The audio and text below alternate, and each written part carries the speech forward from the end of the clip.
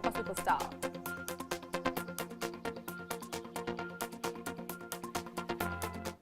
आपको ले चलते हैं सीधे गुजरात के सोमनाथ, जहां इस वक्त प्रधानमंत्री मोदी पहुंचे हुए हैं इस खास कार्यक्रम में। क्या कुछ वो कह रहे हैं, आइए सुनते हैं। वो हमला भी नाकाम रहा। 15वीं शताब्दी में सुल्तान अहमद शाह ने सोमनाथ मंदिर को दूषित करने की कोशिश की और इसी शताब्दी में उसके पोते सुल्तान महमूद बेगड़ा ने सोमनाथ पर आक्रमण कर मंदिर को मस्जिद बनाने की कोशिश की, लेकिन महादेव के भक्तों के प्रयासों से मंदिर पुनः जीवंत हो उठा। 17वीं 18वीं शताब्दी में औरंगजेब का दौर आया। उसने सोमनाथ मंदिर को अपवित्र किया, सोमनाथ को फिर मस्जिद बनाने की कोशिश की। उसके बाद भी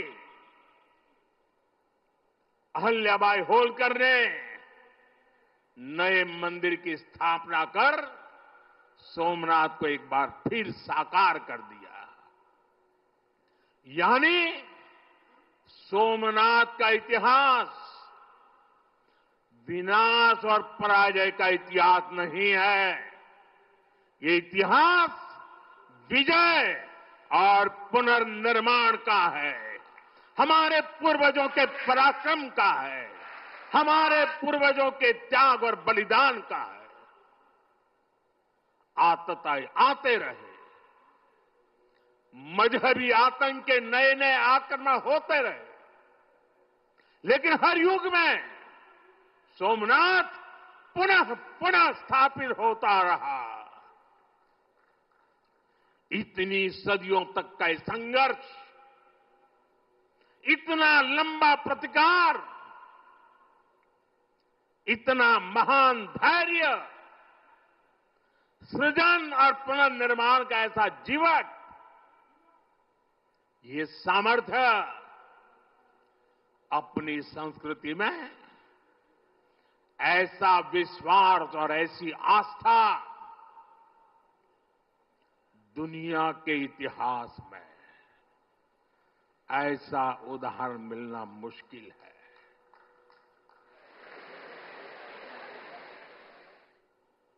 जरा मैंने जवाब आपजो वेला આપણે આપણા પૂર્વજોના પરાક્રમનું પુણ્ય સ્મરણ કરવું જોઈએ કે ના કરવું જોઈએ? આપણા પૂર્વજોએ કરેલા પરાક્રમમાંથી પ્રેરણા લેવી જોઈએ કે નહીં લેવી જોઈએ? એવો કોઈ દીકરો હોય, એવા કોઈ સંતાન હોય કે જે પોતાના પૂર્વજોને ભૂલવા માટેના નાટક કરે? भाइयों बहनों, जब गजनी से लेकर औरंगजेब तक तमाम आक्रांता सोमनाथ पर हमला कर रहे थे, तो उन्हें लग रहा था कि उनकी तलवार सनातन सोमनाथ को जीत रही है। वो मजहबी कट्टरपंथी ये नहीं समझ पाए कि जिस सोमनाथ को वो नष्ट करना चाहते हैं, उनके नाम में ही सोम अर्थात अमृत जुड़ा हुआ है। उसमें हलाहल को पीकर भी अमर रहने का विचार जुड़ा है। उसके भीतर सदा शिव महादेव के रूप में वो चैतन्य शक्ति प्रतिष्ठित है, जो कल्याण कारक भी है और प्रचंड तांडवः शिवः ये शक्ति का स्रोत भी है। भाइयों बहनों, सोमनाथ में विराजमान महादेव, उनका एक नाम मृत्युंजय भी है। मृत्युंजय जिसने मृत्यु को जीत लिया हो, जो स्वयं काल स्वरूप है। यतो जायते पाल्यते येन विश्वम तमीस भजे लियते यत्र विश्वम। अर्थात ये सृष्टि उन्हीं से उत्पन्न होती है, उन्हीं में लय हो जाती है। हम मानते हैं त्वमेको जगत व्यापको विश्व रूप, यानी शिव पूरे जगत में व्याप्त है। इसलिए इस हम कण कण कंकड़ कंकड़ में भी उस शंकर को देखते हैं। फिर कोई उन शंकर के कितने स्वरूपों को नष्ट कर सकता है? हम तो वो लोग हैं जो जीव में भी शिव को देखते हैं।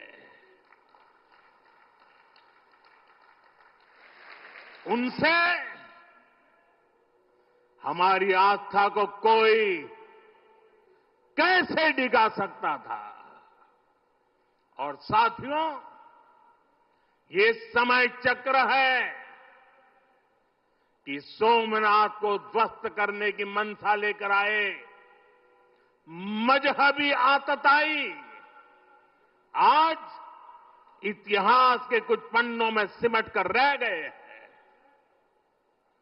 और सोमनाथ मंदिर उसी विशाल समंदर के किनारे गगनचुंबी धर्म ध्वजा को थामे खड़ा है। सोमनाथ का ये शिखर मानव उद्घोष कर रहा है, चंद्रशेखरम आश्रय मम किम करिष्यति वै यम।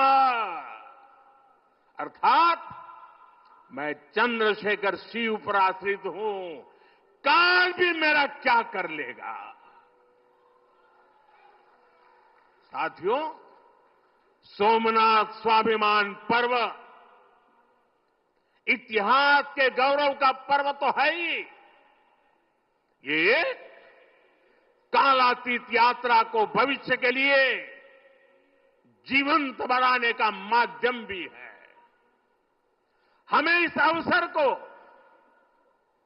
अपने अस्तित्व और पहचान को सशक्त करने के लिए उपयोग करना है। आप भी देखते हैं, अगर कहीं किसी देश के पास कुछ 100 साल पुरानी विरासत होती है, वो देश उसे अपनी पहचान बनाकर दुनिया के सामने प्रस्तुत करता है। वहीं भारत के पास सोमनाथ जैसे हजारों साल पुराने पुण्य स्थान है। ये स्थान हमारे सामर्थ्य, प्रतिरोध और परंपरा के पर्याय रहे। लेकिन दुर्भाग्य से आजादी के बाद गुलामी की मानसिकता वाले लोगों ने उनसे पल्ला झाड़ने की कोशिश की। उस इतिहास को भुलाने के कुत्सित प्रयास हुए। हम जानते हैं, सोमनाथ की रक्षा के लिए देश ने कैसे कैसे बलिदान दिए थे। रावल कन्नड़े जैसे शासकों के प्रयास, वीर हमीर जी गोहिल का पराक्रम, बेगड़ा भील का शौर्य, ऐसे कितने ही नायकों का इतिहास सोमनाथ मंदिर से जुड़ा है। लेकिन दुर्भाग्य से इन्हें कभी उतना महत्व नहीं दिया गया। बल्कि आक्रमण के इतिहास को भी कुछ इतिहासकारों और राजनेताओं द्वारा व्हाइट वॉश करने की कोशिश की गई। मजहबी उन्माद की मानसिकता को केवल साधारण लूट बताकर ढंकने के लिए किताबें लिखी गई। सोमनाथ मंदिर एक बार नहीं, बार बार तोड़ा गया। अगर सोमनाथ पर आक्रमण केवल आर्थिक लूट के लिए हुए होते तो 1000 साल पूर्व पहली बड़ी लूट के बाद रुक गए होते, लेकिन ऐसा नहीं हुआ। सोमनाथ के पवित्र विग्रह को तोड़ा गया, बार बार मंदिर का स्वरूप बदलने की कोशिश हुई और हमें पढ़ाया गया कि सोमनाथ को लूट के लिए तोड़ा गया था। नफरत, अत्याचार और आतंक का असली क्रूर इतिहास हमसे छिपाया गया। साथियों, हमने धर्म के प्रति ईमानदार कोई भी व्यक्ति ऐसी कट्टरपंथी सोच का समर्थन नहीं करेगा, लेकिन तुष्टीकरण के ठेकेदारों ने हमेशा इस कट्टरपंथी सोच के आगे घुटने टेके। शिव प्रकाश जी सिर्फ 35 साल की उम्र में हार्ट